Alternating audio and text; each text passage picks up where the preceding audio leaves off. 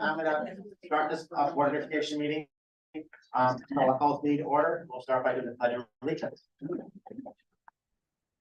I pledge allegiance to the flag of the United States of America and to the republic for which it stands, one nation, under God, indivisible, with liberty and justice for all.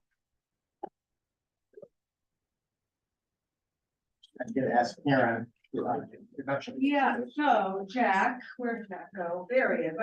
There you are. Jack Cardello is our newest board member, just elected. Congratulations. Thank you. I wanted to.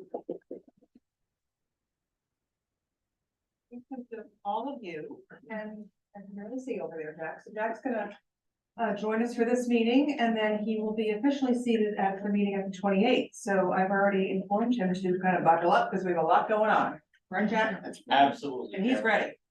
Thank you and welcome. Hey, audience and citizens. Is everybody online? Look. Yes, we do have somebody online. So Christine. Christine, if you'd like to talk, if you could just raise your hand and I will open up your mic.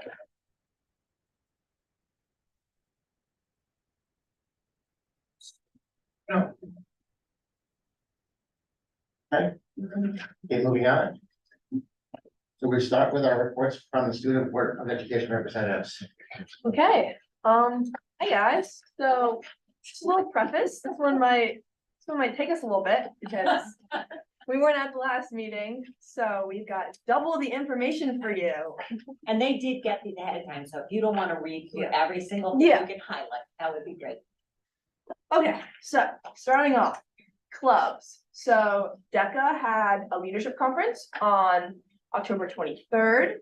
The Rambler October edition came out. The November edition is currently in progress. About to come out. Yeah, soon. There is an Encountering Survivors program that's being created. So that is where it's something that Miss Barros is doing, and she's calling in a group of student volunteers to talk to Holocaust survivors as well as the children of Holocaust survivors. And they're kind of gonna bring them here, like to the high school for presentations and such, and kind of just be in contact with them through the year to see how they can help with our curriculum and such. And then there was an equity committee that met on November 1st. It's based on the strategic plan, and basically what they do is they create fake scenarios of kind of kids at the high school, and they go through their daily lives so they can see the kind of problems that they might face and try and tackle those before it comes to them. So then academically, we have a Yukon field trip on Thursday, actually, which I'll be attending, so I'll let you know how that goes. There is a food and hygiene drive. It already happened. And then we have a fundraiser going on called Maui Strong. I think that ended recently too.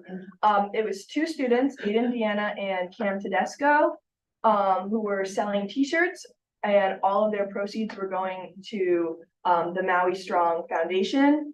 They collaborated with the Rotary Club. The Maui Strong Foundation is like to help bring money to the families in Hawaii who suffered from the volcano eruptions and such.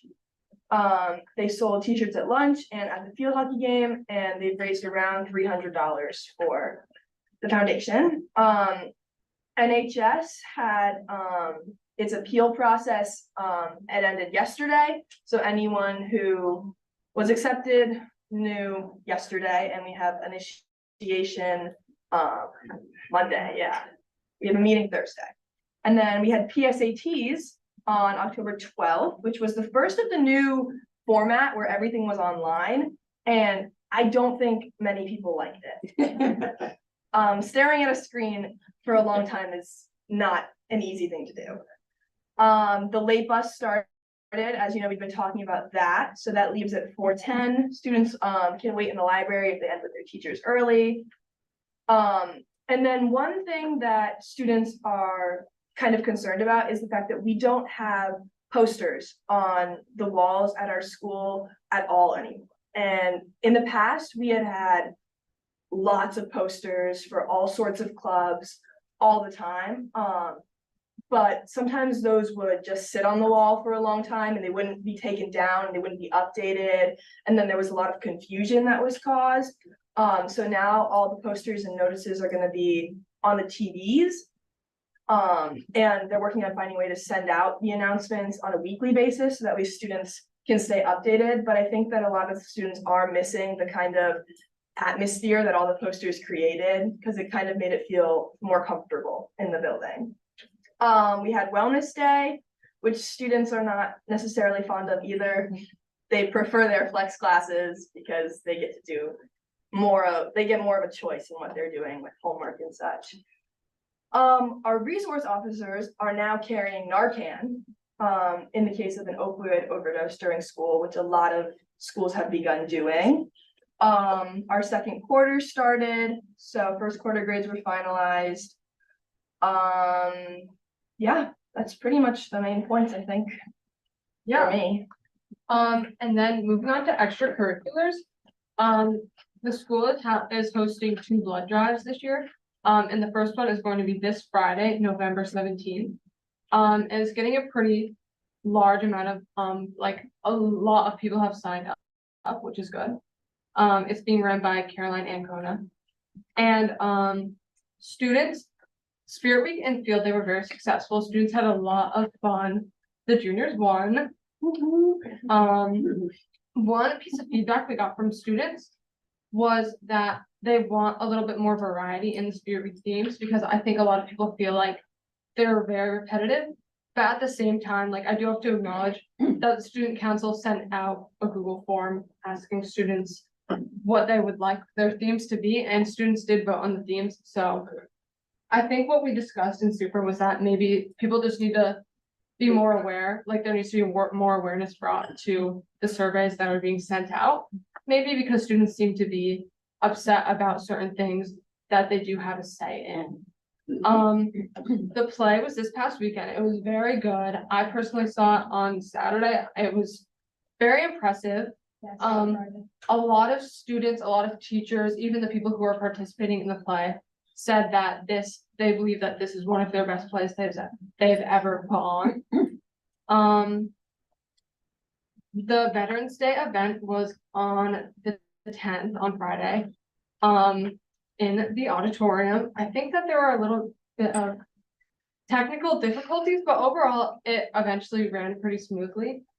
And some people from chorus and band did go over to the middle school to participate in that. And then lastly, there was a lot of feedback on homecoming. Students were not super happy with homecoming. They thought it was very dark, very hot, very dark, very loud.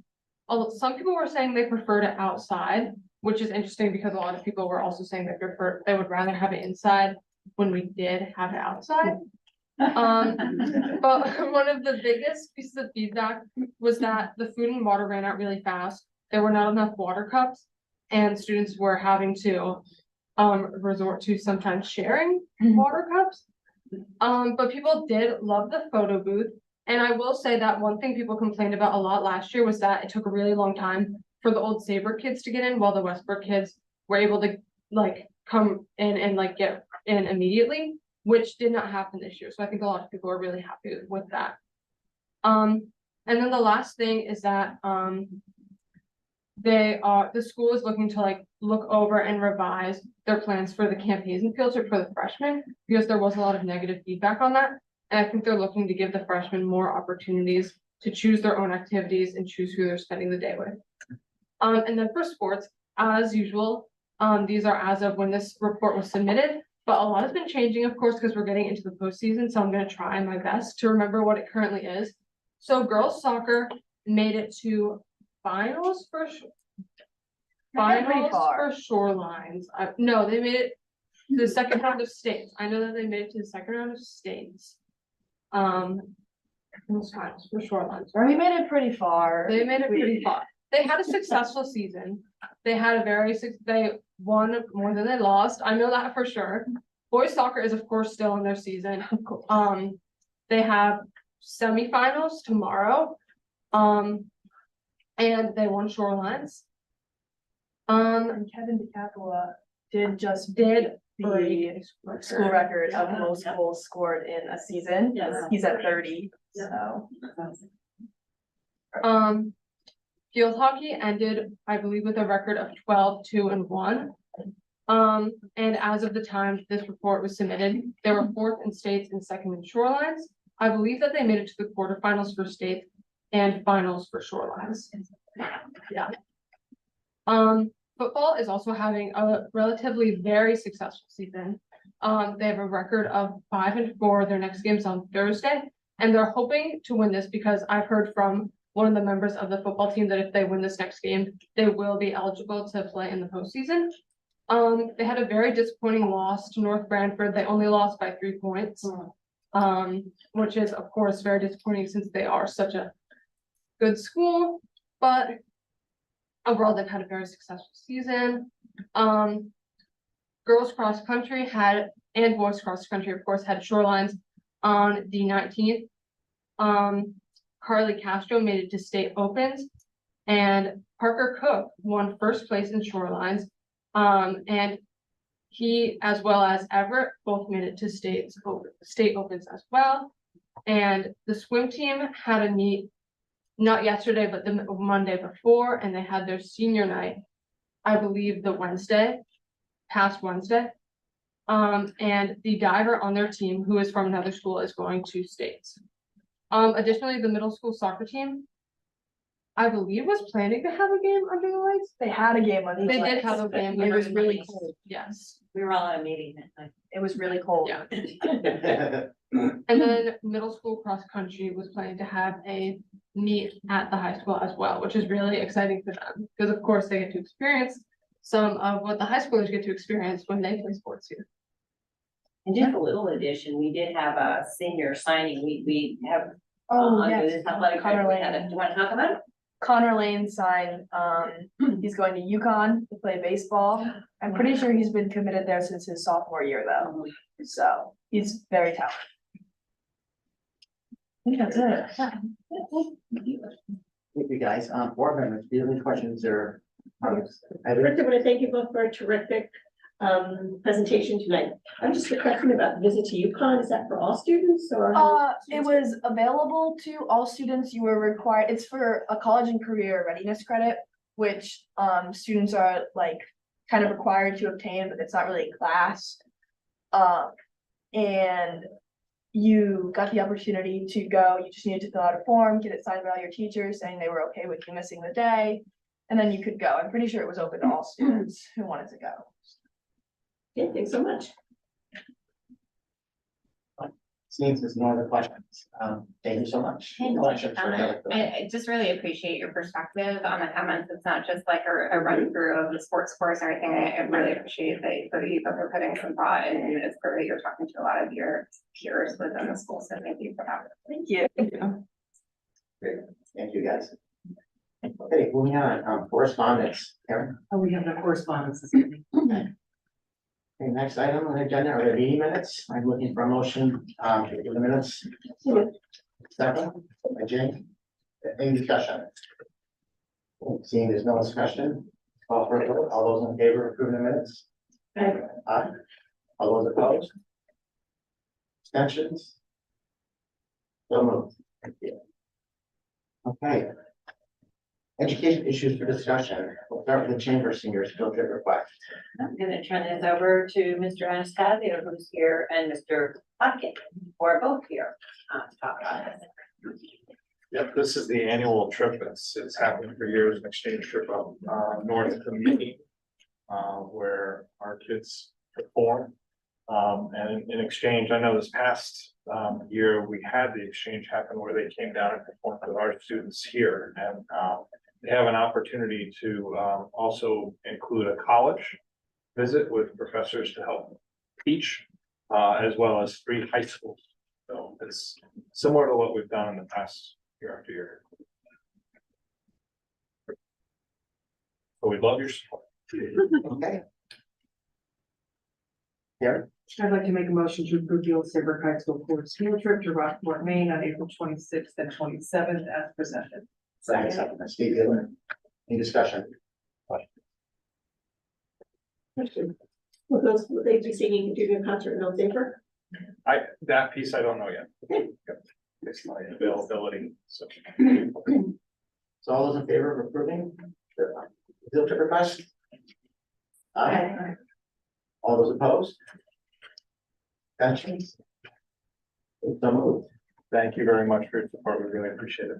Great. Okay, safe school climate presentation.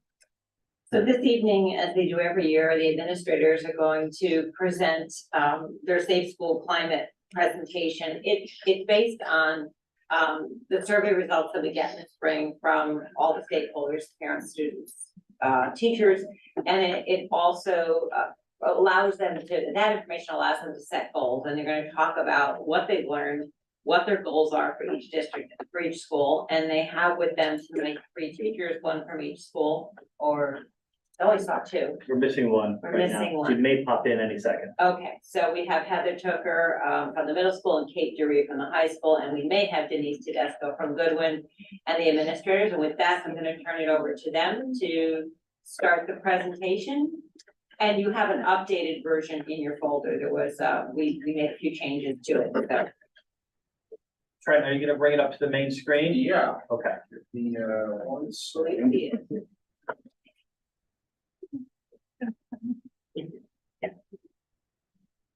Abbreviation. I keep your parents.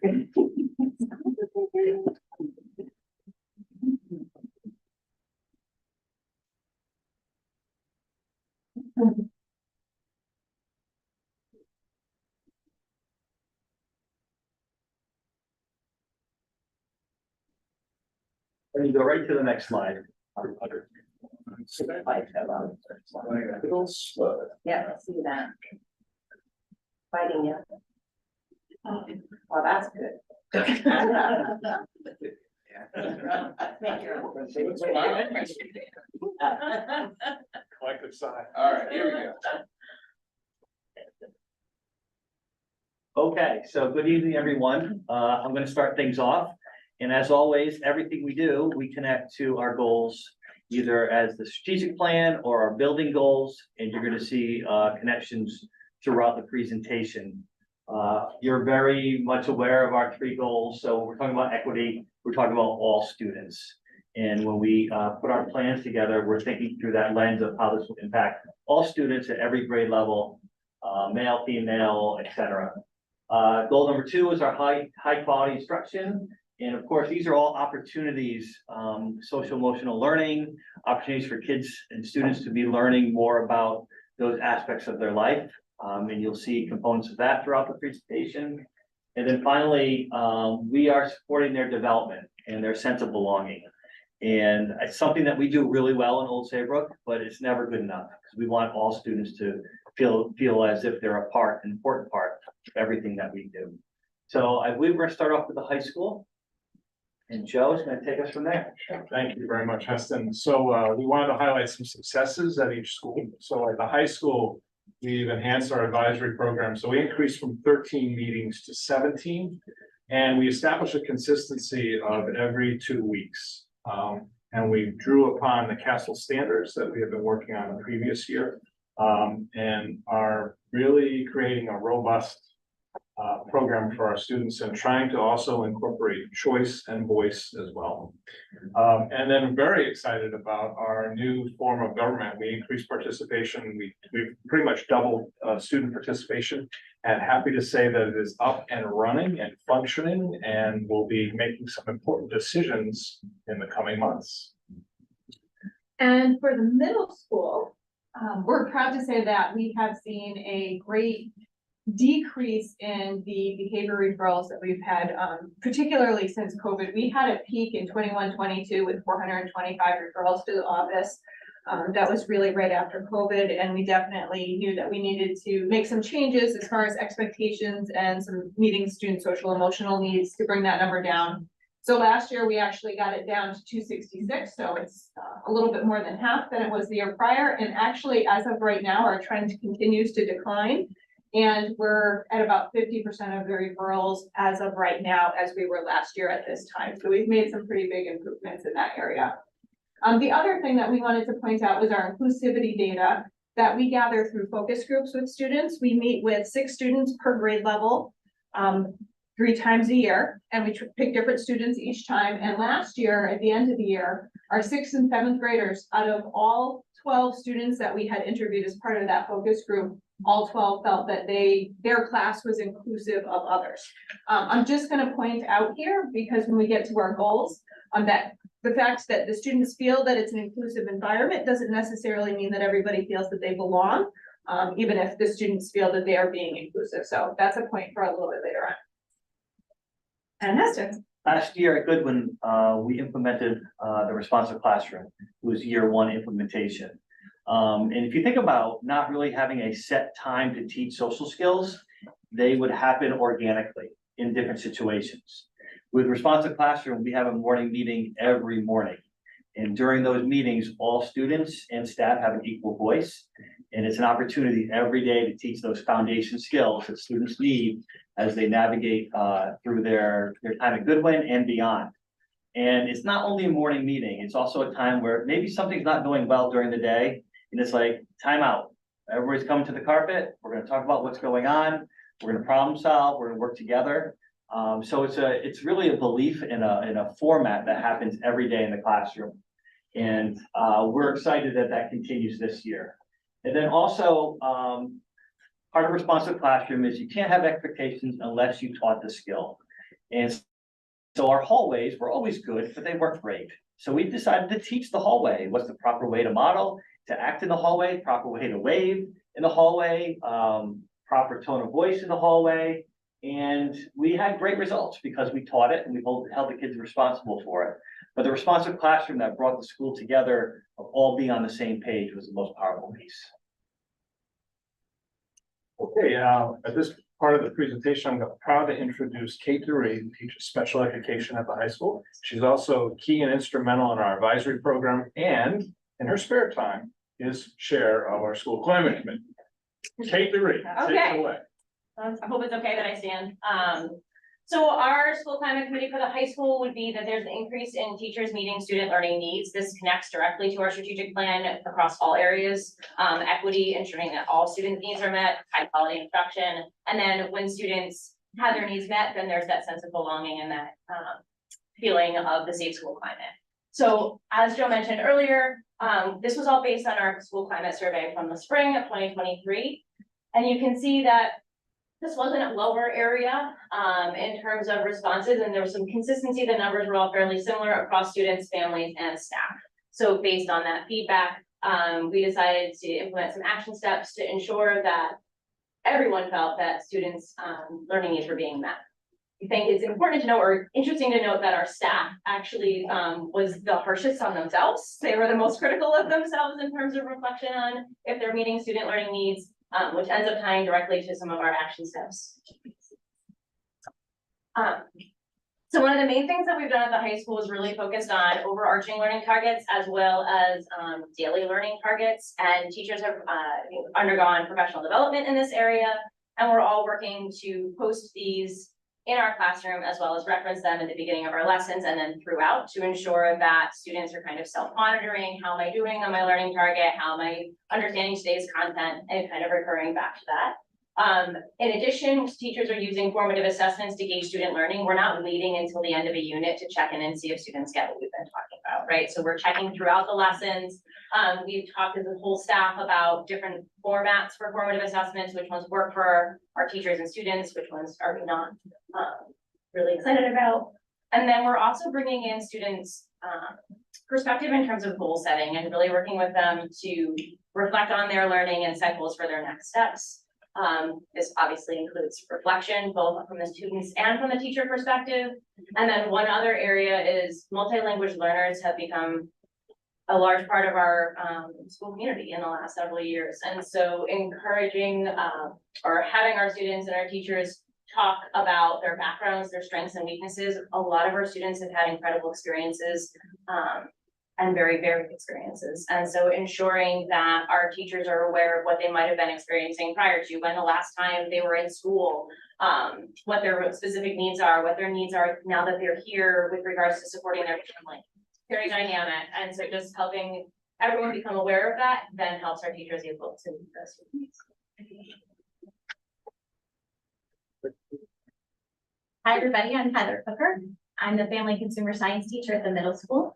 I teach a culinary class, I teach a bake shop, and I teach practical stitch. And I'm also the chair of the Safe School Climate Committee in our school.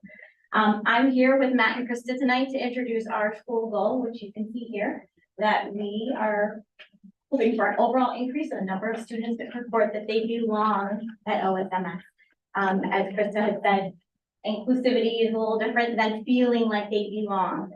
We hope to measure this goal by the focus groups, as we explained, the same way we have done before, using surveys and also using that end of the year Safe School Climate Survey. Matt's going to tell us a little bit about our data from last year. Sure, so our rationale, 2 questions were asked and the information was gleaned out of our Safe School Climate survey. And basically 2 questions we looked at. So one for students, them feeling like they feel like they are part of our school. And for the staff and for the families, they responded to a question asking about if students work to make others feel included. So when you look at the data, you look at the percentages at the bottom of the screen, it's probably an easier way to look at this information. The numbers aren't too alarming, but there's some things as we dug in a little bit in that student number, 5.6%. Interestingly enough, the younger students in grades 5 and 6 were roughly around 3%, while our students who potentially we felt had more connection to our school in the grades 7 and 8 were up around 9%. So that's something that we want to dig a little deeper in to figure out exactly what the case is there. For our staff, that number was high, right? The area of disagree. And that's another area that we want to meet with staff and figure out why we feel that our students aren't feeling like, they don't feel like our students are a part of the school. The part that's difficult to read with these numbers, the agree numbers feel a little bit low, but that unsure middle area, we're not sure what that means, right? Because they could swing in either direction. So again, the numbers overall in the agree column were significantly lower than we would like, but we are unsure what the unsure means in this case. So a lot more work to be done this year, especially with our focus area groups and just communicating with our students. And just to add a little bit to that, one of the things that we had noticed anecdotally is that our multilingual students did report that they felt a sense of belonging during our focus groups last year.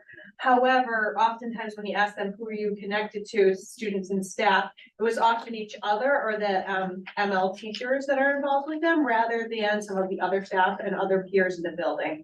So we definitely felt like that was an area to build upon with that particular group. So some action steps. First of all, our advisory program. We are working on lessons to support belonging around students, so students understand what that means and how to make others feel that they belong. We are applying some of the student feedback collected during those focus groups to make sure that we are being inclusive and making sure that all students feel that they do belong. And we'll continue to run those focus groups this year. We have already done one so far this year, and we're able to incorporate specific comments from those focus groups into our plans. We have support staff that are developing lunch bunch groups to integrate ML students, our multilingual students, with our more typical peers, and they're going to be having some opportunities to build some friendships beyond the group that they are typically with. As well as creating some bonds and relationships with our support staff and hopefully other adults in the building as well. So we want to expand their circle to be more integrated into our building and our community. They are also working on trying to translate some of our documents that talk about sports and clubs and so forth, and going to be encouraging all of those students to be a part of some kind of extracurricular activity. And now that we have the late buses in place, we feel that we'll be able to support them with transportation as well. And that goes for really all students. We are, and I know I talked about this last time, creating a pilot intake and individual learning plan process. So we actually talked about this just the other day at DLT. And we devised questions based on focus groups at each building with adults about what kind of information they felt would be really important for teachers and support staff to know to be able to best support students in the classroom. So what we ended up doing is we started with an intake process that has a variety of questions, and with the help of Seabrel, we're able to devise questions that really built relationships between the families and the school, asking them information about what are your dreams for your child? What do you see as a successful year for your child? So that they feel that their input is important and valued by the schools as well, to really start that relationship. Then we have a plan for 4 to 6 weeks later. Additional questions that really look at how are the students doing so far in those 4 to 6 weeks? Are there things that we're seeing as strengths? Are there areas that need support, not just academically, but social emotionally? That's the point where we're going to continue to find ways to integrate students into sports and activities and clubs now that they've been settled for about a month or so. As well as to double check to make sure that the class placements that we chose, because sometimes that can be tricky, especially if the student's coming from a different country, to make sure that those placements are accurate and feel rigorous at an appropriate level for the students. So that would be an opportunity for us to double check that, and an opportunity for the student to vocalize whether or not they feel that they're in that right placement. And as we have continued to do for the last several years, we're going to continue to look at our behavior data to make sure that we're planning restorative practices and teaching expectations as needed based on that data. So as I alluded to earlier, we're in year 2 of implementation, and we are looking at logical consequences. And basically, the theme of that is you break it, you fix it. If there's something that goes wrong in a relationship or a friendship, then you have to restore that relationship. If you're disruptive to the entire class, as I mentioned before, you may go back to the morning meeting and have a conversation about what happened in the classroom. A lot of it's about taking responsibility and teaching those skills. And this includes all students building-wide from ECP to grade 4.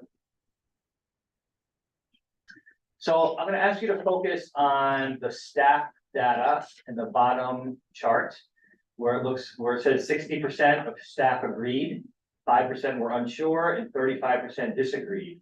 So this all surrounded the area of meeting students' needs, but particularly in the area of behavior, social emotional needs. Hence our goal to implement another piece of the responsive classroom. So we believe district-wide, statewide, nationwide, that students missed out on a lot of social emotional learning. And so self-regulation has been a piece that we've really focused on, and an ability to maintain focus for an extended period of time. Used to some instant gratification and not being able to attend or collaborate or work in a small group or work at a center for a long period of time. And then one of the biggest pieces, we're not realizing that my actions disrupt others. So we're working on taking the responsibility there. So at the very beginning of the year, we as a district, under Jan's leadership, say you need to take a few days in your classroom to set the rules, to create your environment. We're not pedal to the metal for curriculum to start the year. You need to set that foundation. And in the responsive classroom format of coming together, rules are created in partnership, and the students are responsible for making their classroom rules.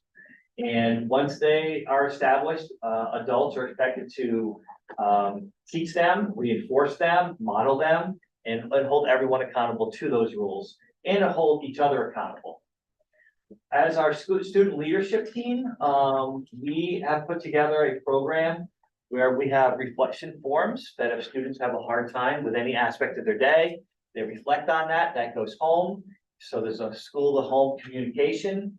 And at every staff meeting, maybe it's a regular staff meeting or extended PD meeting, we do something called a data spread, something we implemented last year. We all sit for 5 minutes and we enter our data on how many reflection sheets have gone home and what was the nature of that behavior. So we can start to measure trends in our building or by grade level, or by classroom, of what we need to reteach. And again, that's on the adults to reteach it. We have to continue to do that and not just let these behaviors go by the wayside. And then lastly, our leadership team, monthly will review that data and decide what next steps may be.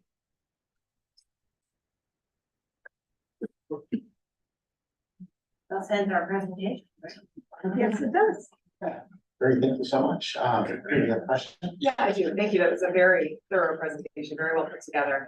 I have a couple of questions, and one is just the observation that, so both the high school and Goodwin had the same rationale, the teachers meeting student needs.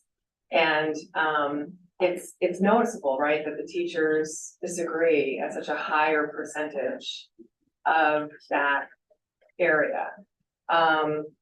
So one, a very specific question I have is, if the teachers disagree that they're not meeting students' learning needs, help me understand the correlation between the responsive classroom, the you break it, you fix it, to addressing that issue. So the key is that this is school-wide, and we all have the same language. So if a student travels from their second grade classroom and they go to PE, or they go to art, or they go to the cafeteria, or if they're being walked in the hallway by somebody else, we are all on the same page. Same thing with the bus, transitioning to the bus, on the bus. We all have the same expectations now. We all have the same language. The consequences are pretty much the same throughout. You're going to have to restore what was broken. So the staff felt like we didn't have a unified system in place. And before COVID, we didn't have as many challenges as we have now. So maybe there wasn't a need for having that much of a unified program, but now the data shows that we do have that need, and the staff simply didn't feel like we were doing enough to meet those social emotional needs. Hence a program with fidelity that we're measuring, and we're all having input. We all discuss it, then we see the results, and if changes need to be made, we make them as a building. Great, awesome. I have one follow-up question regarding two of the goals, and that is to see an increase in the results. What's an acceptable increase? Is it,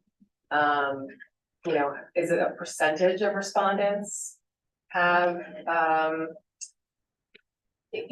like the high school, it's there will be an increase in teachers meeting student learning needs. Have we given any thought to what percentage is an acceptable increase? Both there and at the notes. I think we're starting with a baseline of where we're at, so that's what September and October were in terms of that. I think what's driving ours is a combination of the multi-language learners and the teachers thirsting for more strategies and having a more direct impact.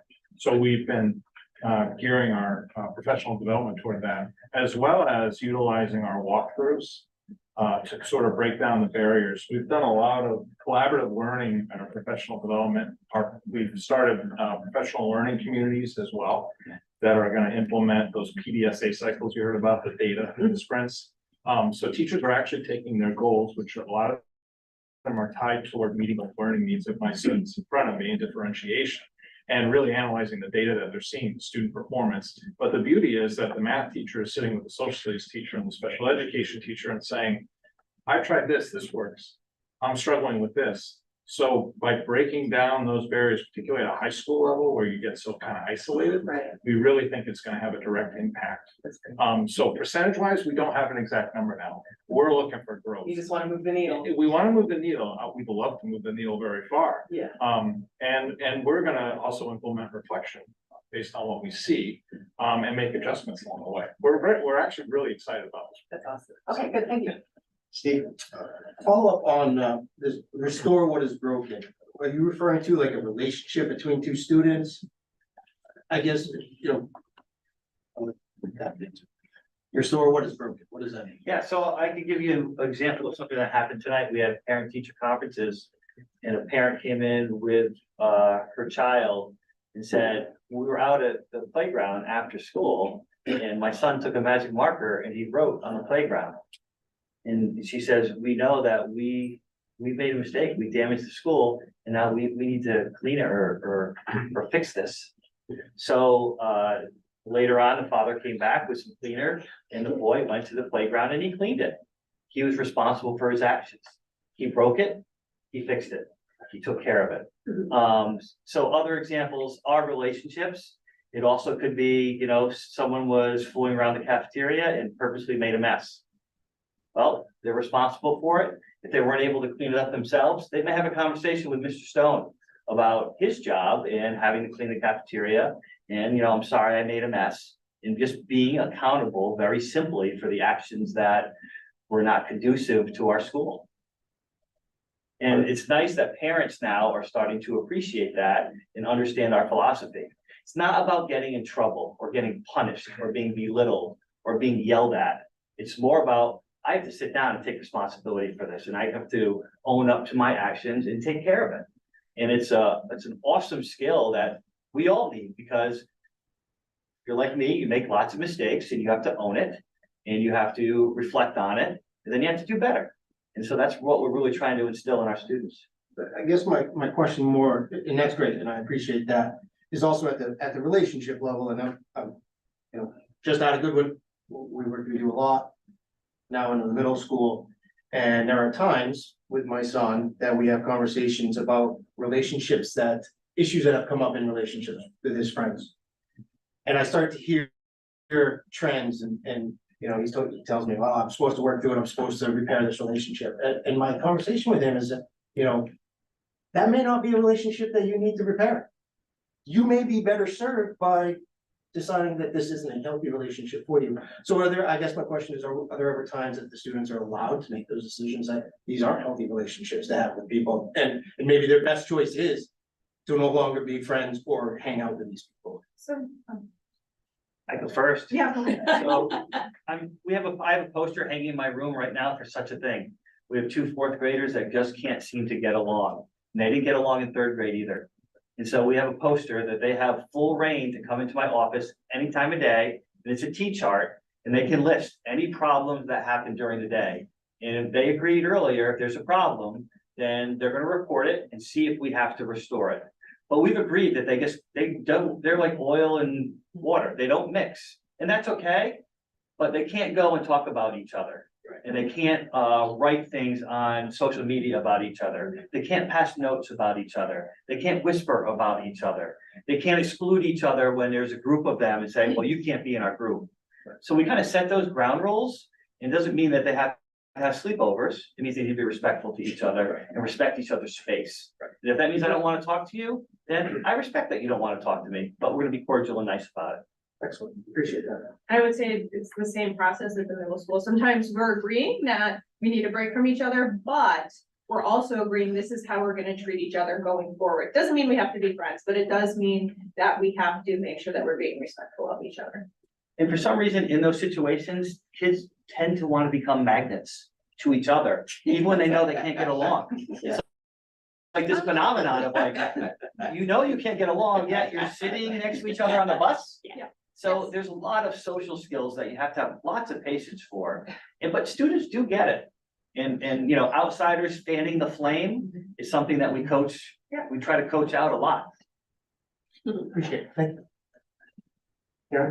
So it's been many years since I've had kids in the school, so I'm not familiar with the communication home, which is such a critical piece we all agree on. So I'm wondering about communication to families specifically, as it relates to encouraging a collaborative relationship.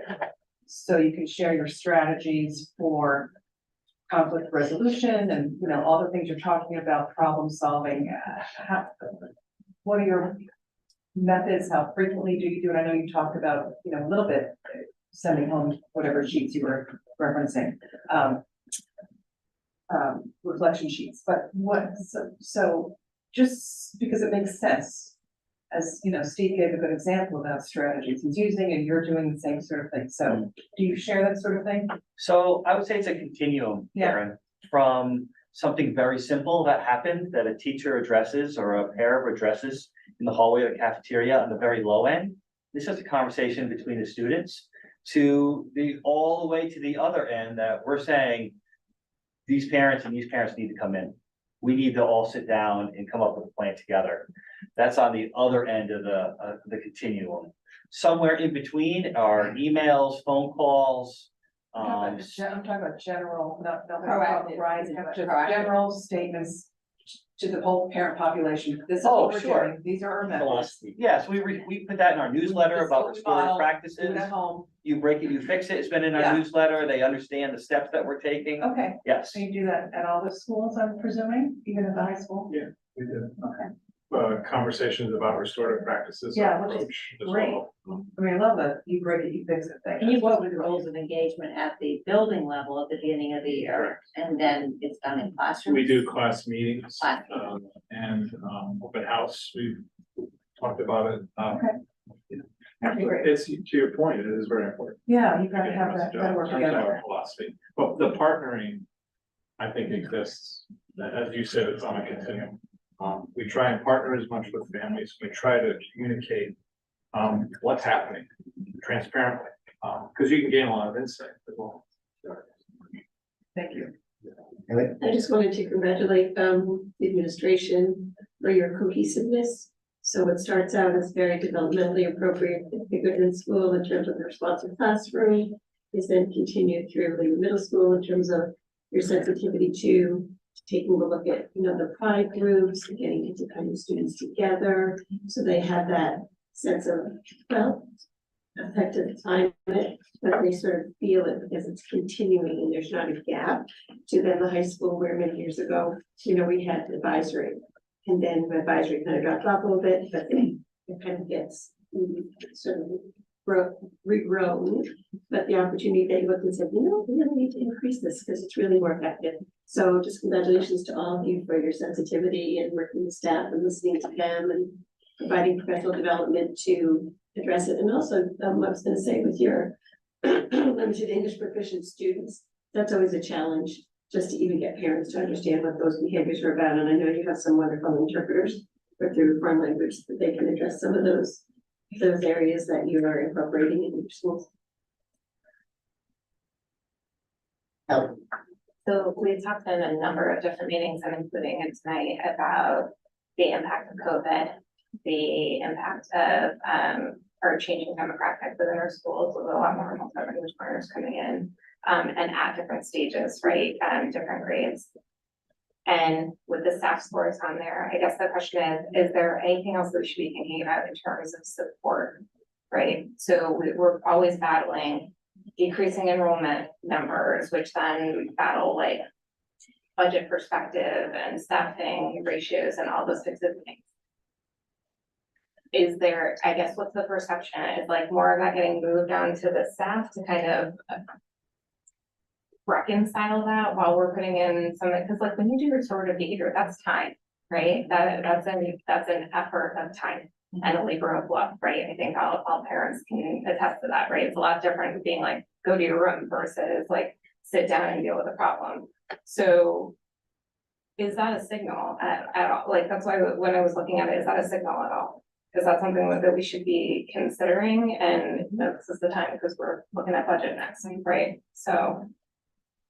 I would say, just speaking for the middle school, we've done quite a bit of professional development around PBIS. We've done some around restorative practices. Yes, sorry.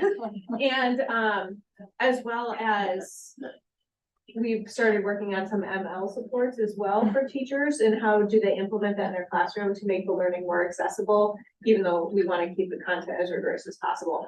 So do we need more of that? Yes, I think we're going to continue to work on that, but we've also, and this is true for all 3 buildings, set up data cycles and trying to identify strategies that are more beneficial and have the best outcomes for students, and then bringing that back to the main group. And when we find things that are working, being able to share that out and scaling it across the buildings. And I know it's not so much a question of do we need additional staff to handle these things? We've added social workers, we've improved the amount of I don't want to say coaching, but the amount of work that they can do with teachers in the classroom. These things are being pushed out to educators, I think, nationwide because our students are more diverse. Their background experiences, their race, their language, their family dynamics, where they originally came from, their mobility. has made the art and science of teaching much more complicated.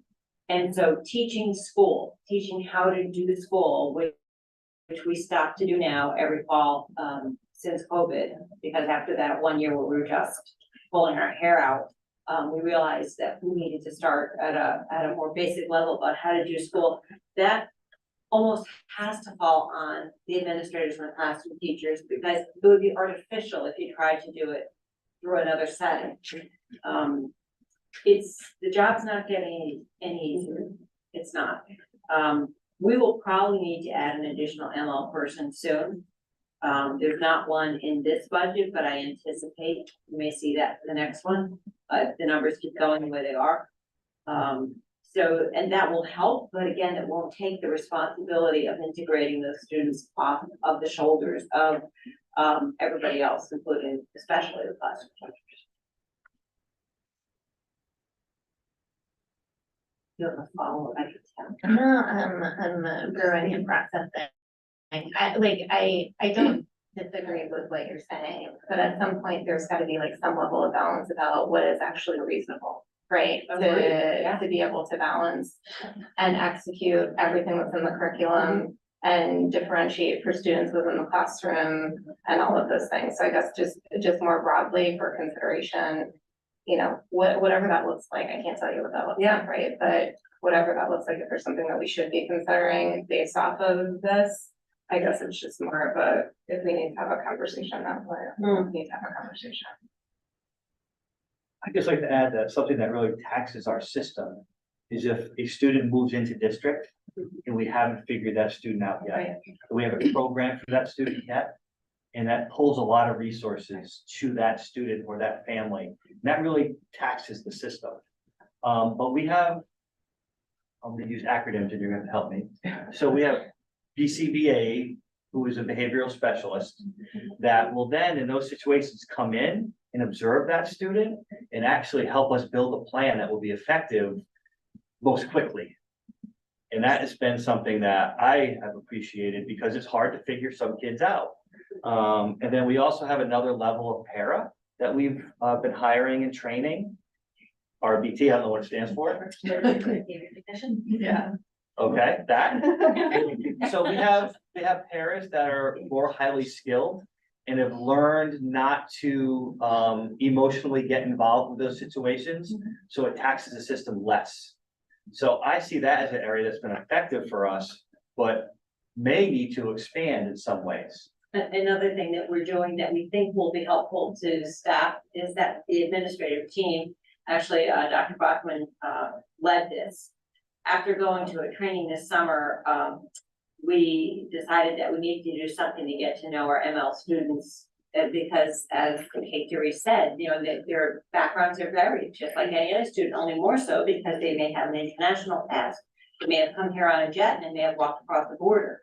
And they may have missed school for the last 2 years. So the team created an intake process just for these students so we get to know more about them, and then that information can be shared with staff more quickly, and so that we don't end up stepping into a situation causing a problem where we're trying to fix one. We just don't know enough if we don't go through this process, and it's a multi-step process. It includes families, and then we decide what is the information that the counselors can get out to the staff to help them work with these students more efficiently and more completely. We just tweaked that one more time at our last DLT meeting, and I think we have a deadline coming up to get that out. Forms are ready as. December 12th. Excellent, well done. Looking forward to seeing them, because we really think that's gonna make a difference. It's like a little profile that you can share with people. Just one final question for me. So we talked a lot about sense of belonging for all the schools. And you addressed the ML student population in depth, which is great because it's rapidly growing. But what I didn't hear were other vulnerable populations such as our learning disabled kids and our LGBTQ students, and the attention that they may need to also feel welcome and included. And so I just want to make sure that that the same attention is given to all vulnerable populations, kids in need. And that there are, reporting systems in place for, which I know there are, for instances of harassment or cyberbullying or whatever's going on. For all the kids. Yes, and I would say that, we talked about lunch bunch groups and counseling specifically for that group. However, there are different lunch bunch groups for a variety of groups of kids. That we identify through, at least in the middle school, and I'm sure it's probably similar at the other schools, through our consult process, which is a time that we meet as a team. We talk about students' academic needs as well as their social emotional needs. And based on that, that's when we identify what resources we think are going to be best for them, whether it's in-house or collaboration with youth and family services, depending on what that level of need might be. And that's the process that we take to make sure that we're identifying those students and meeting those needs and making sure that they are feeling connected with others.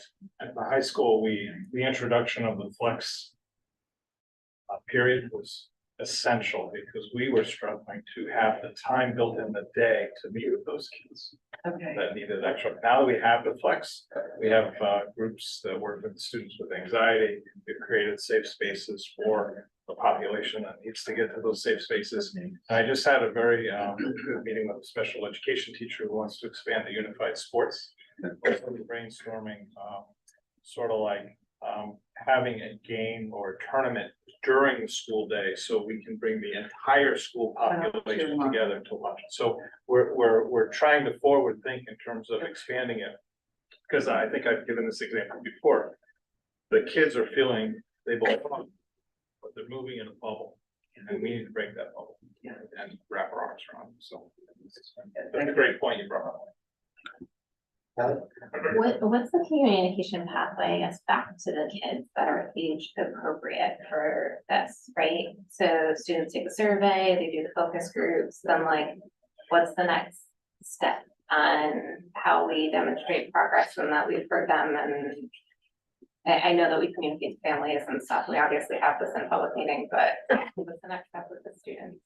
So for us, we actually at our class meetings at the beginning of the year shared our school climate data and told them what our goals were and to improve that, and that they were as much part of that plan as anybody else. And that this year we had some specific things that we were going to be asking them to do. And we have plans for our counselors and support staff to push into the flex period in different groups and to work on some things like the productive struggle, like students, their learning needs being met, but also them understanding what their role is in the classroom, and that there's that fine level of frustration that shouldn't turn into a huge amount of stress, but that when you're learning, there's a level of uncomfort that's to be expected, and we need them to remember that and understand that. And so that's just one example of things that we have on the table to talk to them and teach them and talk to them about as we go forward this year. So there's much there at the high school, and that's much part of the process that the teachers does. I can add into what David said, in terms of our advisory program as well, we'll often like base our lessons based on our school assignment surveys. So as you would when you're teaching the relevance of something in math and how it connects to the real world, we'll say to our students often like, hey guys, this came up in our school side climate survey, as many of you feel this. And we'll start our lesson kind of introducing why we're talking about this so that there's more investment for our students. So it's, at the high school, it's connected to that as well. Just a quick, not that you have to answer it, I know that there's many volunteers in the community that perhaps are multilingual that might be able to support some of the students that are coming in and maybe some of the families that might be helpful. And I don't know that breakdown, but it's always something that when I meet people, they're like, well, how can I help? And so there's a Laotian family that lives near me, and maybe there's those students coming in and that person would love just to sit with them, during the day, because just like you said, Krista, or, your support team was saying, they would tend to gravitate toward their peers or gravitate toward their special education teacher, but this might even branch it out to other people, and then they get involved more socially. So it's an opportunity that maybe I can, find out maybe through Jan, the breakdown of the types of languages, and then be able to connect those people if that'd be advantageous. I think it would just bridges an opportunity for those families or adults that don't know what's happening in those sacred public schools.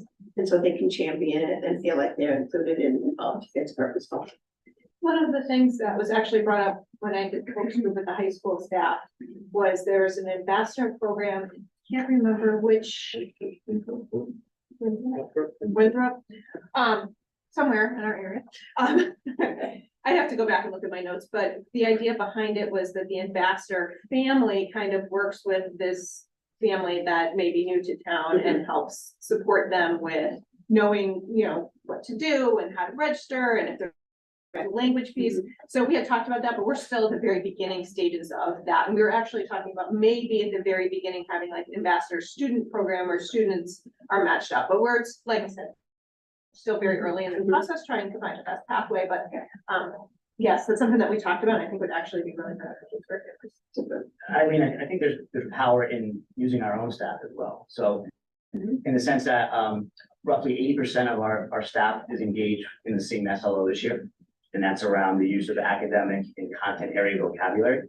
So staff are out there doing and showing the kids that they're invested. They're posting word walls in Ukrainian, in Spanish, in the languages that the kids in their classrooms are speaking.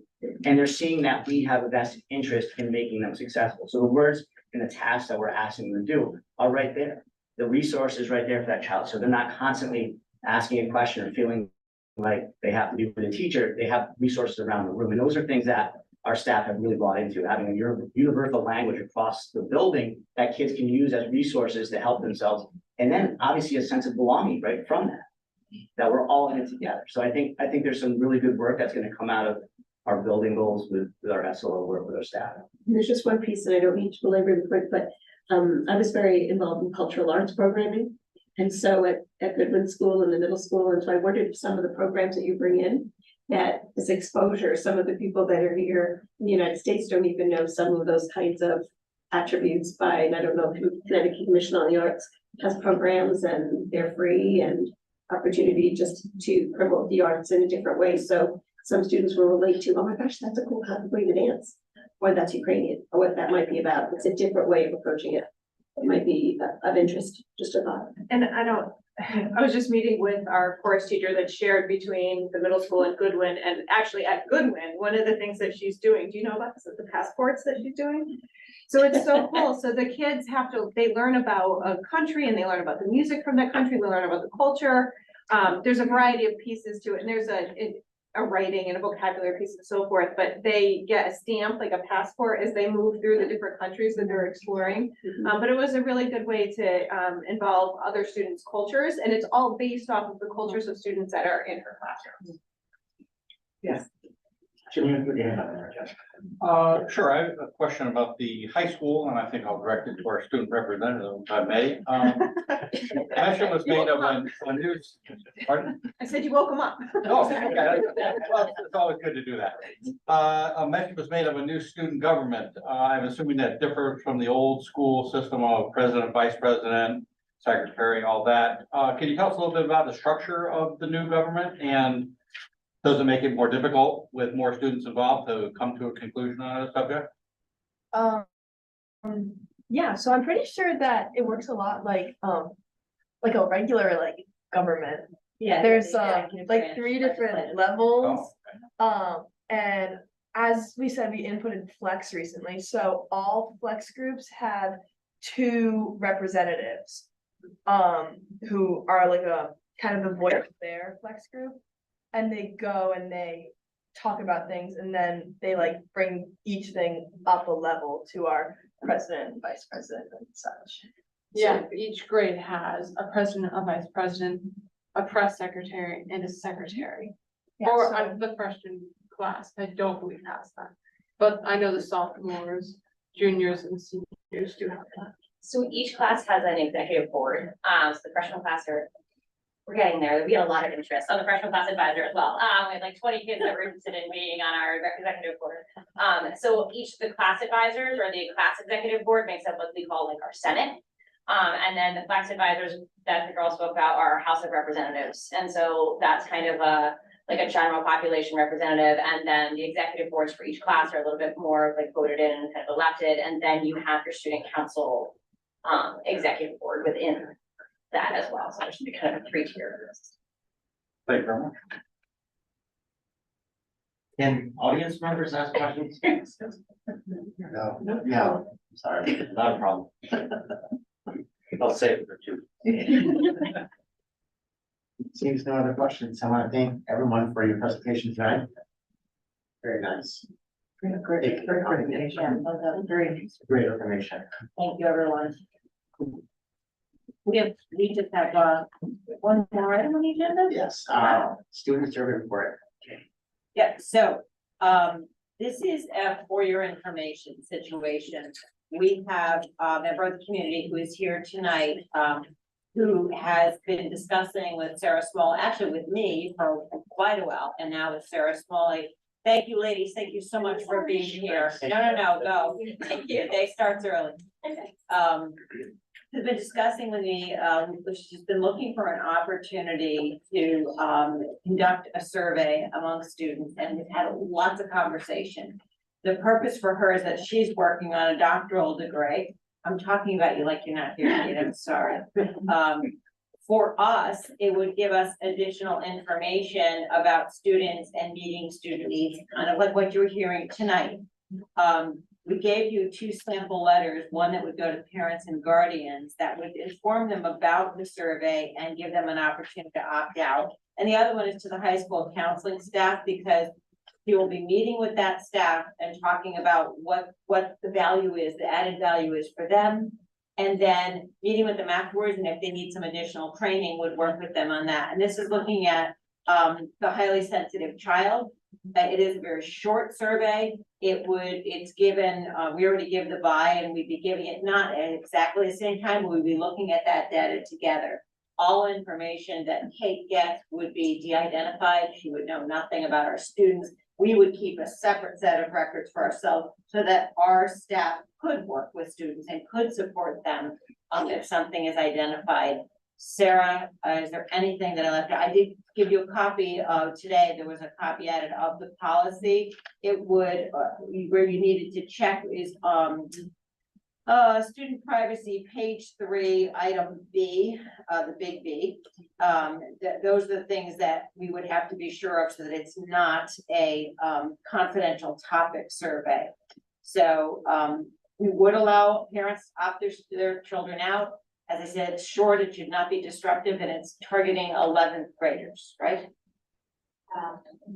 I could be wrong. 9, 10, 11, or no? Oh, 10 and 12. 10? That's how long we've been talking about this. It's changed many times. Sarah, anything else that you want to add about it? No, I think we came up with a little bit of a timeline so that it's not overwhelming, because we do a lot of stuff and surveys in the beginning of the school year. So of course we want to support research that could be helpful to us. So and helpful. Yeah, I think that so value added, as I said, obviously is working on a doctorate. Value added for us is that we get to find out if there are some things that maybe we are thinking of as anxiety, there are actually some other issues. Kate, anything else you want to add? How many questions is the survey? I forgot. 12. Yeah, 12 questions, and then that anxiety inventory that is already given district-wide at different levels is 21 questions. Can we have some examples of some of the questions? Is that possible, or? Yes, so the questions, all the questions are looking at the trait of sensory processing sensitivity. And they're essentially sensory processing and sensitivity is differentiated in that people with the trait who are highly sensitive are like process information at greater depth, tend to be more affected by their environment around them, more empathetic, and tend towards greater overstimulation. And so the questions are like, they're on a Likert scale, 1 to 7. So 1 like strongly disagree, 7 strongly agree. And it's, you know, statements like loud noises are upsetting to me, or sometimes I need to go off by myself at the end of the day, or strong smells affect me. So it's looking at that. I can, if you really want to know, I can pull it up. I have my computer, but Okay, so kind of general. They're general, they're Real your general. mental health questions, unlike the other one that you approve, and we allow people to opt in whether or not, or we did 1 year to opt in instead of opt out. Those are specifically, do you have thoughts about hurting yourself? Do you ever feel depressed? You know, that this is, very, not the general. Okay, thank you. I just wanted you to be aware of that. Yeah. I just have a question about the 10 and 12, grades 10 and 12. If one of the values is using some of that feedback, the identified feedback for students and to aid those students.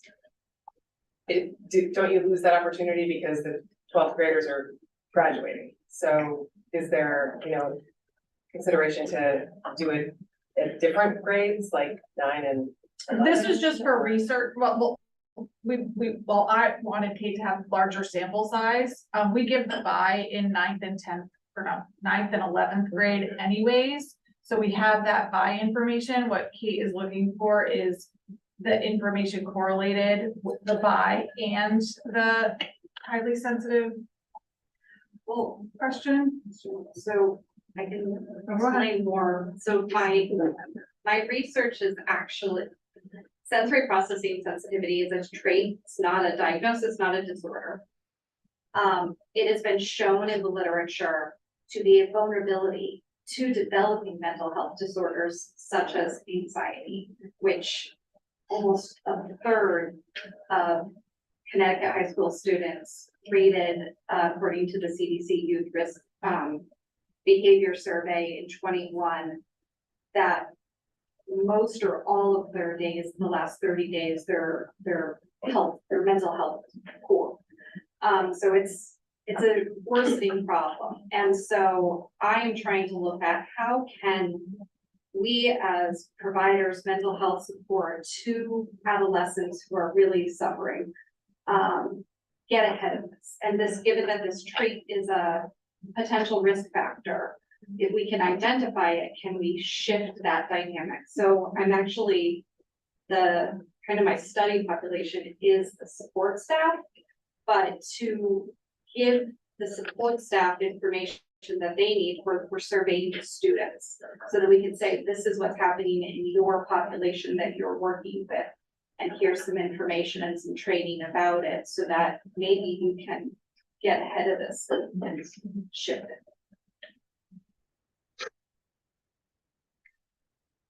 it. Are we looking for a motion to? No. This is just presentation. Just No vote needed on this. Right. Great, thank you. Thank you, yeah, and hopefully we'll have some information, general information to share with you about what we learned and what our counselors were able to do and social workers from this process. Thank you. Good, moving on, superintendent of schools retirement letter. I don't know. Right. You're not allowed. That's very kind of you, but.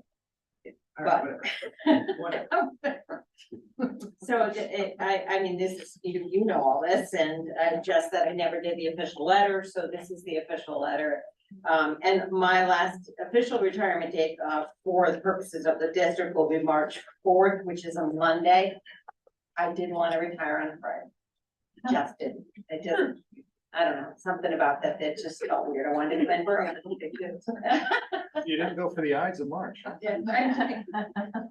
But as I have told the chair, I understand that the timeline for replacing the superintendent may not work out, and I don't have any set in stone plans, and I am more than happy to help out moving forward on a per diem basis. Appreciate it. Care too much about the place, just walk off. And I do need a vote on this. Make a motion to accept. Second. I would say not accept. Any questions or discussion on that?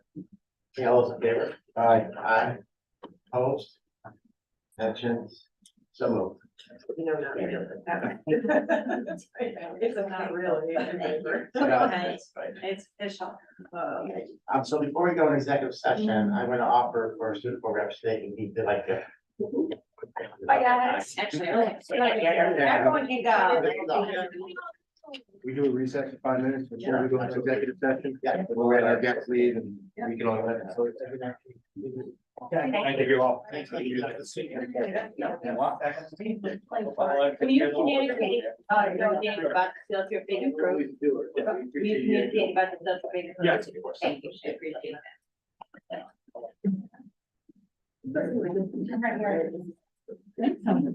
Maybe one, maybe one.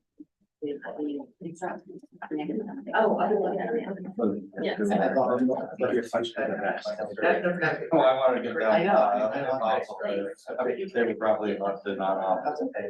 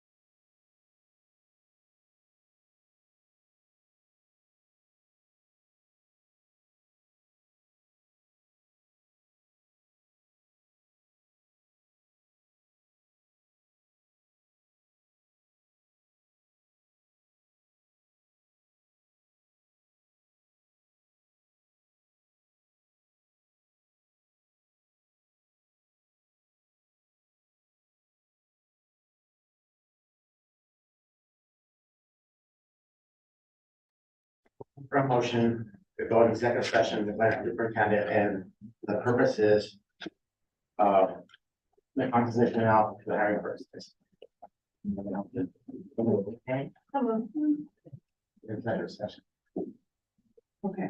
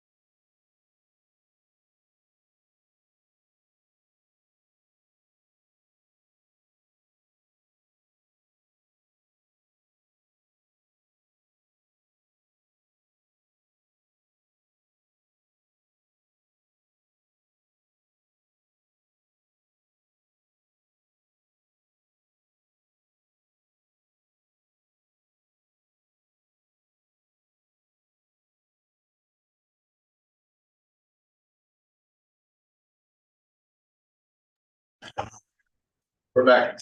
Okay, it's 9:08, coming out of executive session. I'm looking for a motion to adjourn. Point of order. I'd like to make a motion to add an agenda item to discuss the creation of the agenda working document. Looking for a second on that. What are you talking about? So what is the agenda work like? I would like, we have talked about an agenda document, a working document. We talked about it recently. Yeah. It hasn't been created yet. I understand that there's been. It is. It's in the folder. Right? Oh, I didn't. It's been shared with the executive board, but I'm not Oh. sure if it's yet in the folder, actually. But just move it now that the executive board has seen it, we'll just move it into the folder. It is in there. It's called Board of Education Proposed Meeting Topics. It is in the 23-24 Board of Education folder. And I believe, just to check really quick to make sure everybody has editing permission on it. Okay. Sorry. Like. At this point, it's available for everybody to view. Only the executive board has editing permission. I can give everybody editing permission. Yeah, if that's. when did that? Yep. We will need it so that we can. So do I need to add what I had suggested, or will that be added for? What's that? What? No, it doesn't matter. Yeah, yeah, you can put it on there. Okay.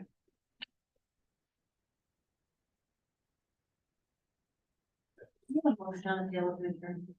Yeah. There is a point of order.